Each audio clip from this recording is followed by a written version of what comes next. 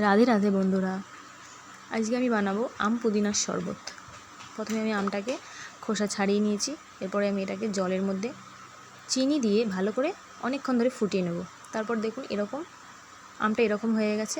এটাকে আমি ঠান্ডা করে একটা টাইট কন্টেনারে করে আমি ফ্রিজের মধ্যে রেখে দিই। তো আজকে আমি শরবত যেহেতু বানাবো তাই আমি এটাকে বের করেছি। এর থেকে আমি 2 চামচ মতো আম আমি নিয়ে নিলাম। এটা আম আর চিনি জল দিয়ে ফুটিয়ে রাখা হয়েছিল।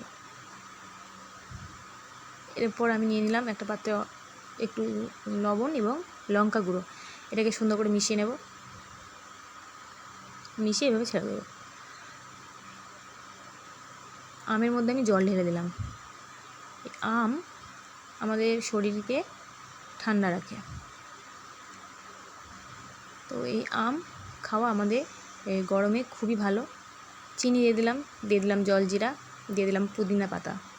পুদিনা পাতার কথা কিছু বলতে হবে না, আপনারা প্রত্যেকেই জানেন পুদিনা পাতা আমাদের শরীরে কতটা একটা উপকারী জিনিস।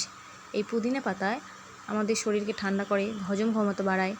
তো এই পুদিনা পাতারও অনেক গুণ। এরপর আমি গ্লাস নিয়ে গ্লাসের মুখটা একটু হালকা করে জলে ভিজিয়ে এরপর আমি এর মধ্যে নুন লঙ্কার মধ্যে এইভাবে ঘুরিয়ে নিলাম। দেখুন দেখতে কত সুন্দর হয়েছে গ্লাসটা, দেখুন দেখতে কত সুন্দর হয়েছে গ্লাসটা।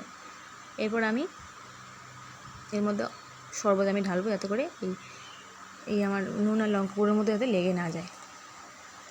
বাড়িতে কেউ আসলে আপনারা এইভাবে সুন্দর করে সাজিয়ে তাদের সামনে পরিবেশন করবেন, তারা এটা দেখে খুব খুশি হয়ে যাবে এবং আপনারা নিজেরাও খাবেন, আপনাদেরও খুব ভালো লাগবে এই শরবতটা খেতে। শরবত আমি ঢেলে দিলাম। এরপর আমি দিয়ে দেবো বরফ। এর মধ্যে আমি বরফ দিয়ে দিলাম। এই গরমে এই শরবতটা খেলে সত্যিই একদম মন প্রাণ জুড়িয়ে যায়। আপনারা প্রত্যেকে এটা বানিয়ে খাবেন।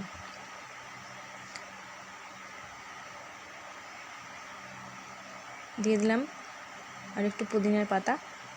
এই পুদিনা পাতার গন্ধটা এত সুন্দর যে মন পুরো ভরে যায় এটা খেলে। লেবু দিয়ে দিলাম এভাবে। দেখুন আমার শরবতটা রেডি হয়ে গেল। আপনারা এটা প্রত্যেকেই বানিয়ে খাবেন। এটা খেতে কেমন লাগলো আপনারা আমাকে কমেন্টে জানাবেন, ঠিক আছে? আমি এর মধ্যে একটা স্ট্র দিয়ে দিলাম। আমার মেয়ে আবার এটা ছাড়া খাবে না। যাই হোক, আপনারা এটা প্রত্যেকেই খাবেন। দেখুন দেখতে কতটা সুন্দর হয়েছে শরবতটা, আর খেতেও এটা খুবই অসাধারণ হয়েছে। আপনারা প্রত্যেকেই এটা বানিয়ে খাবেন। Thank you.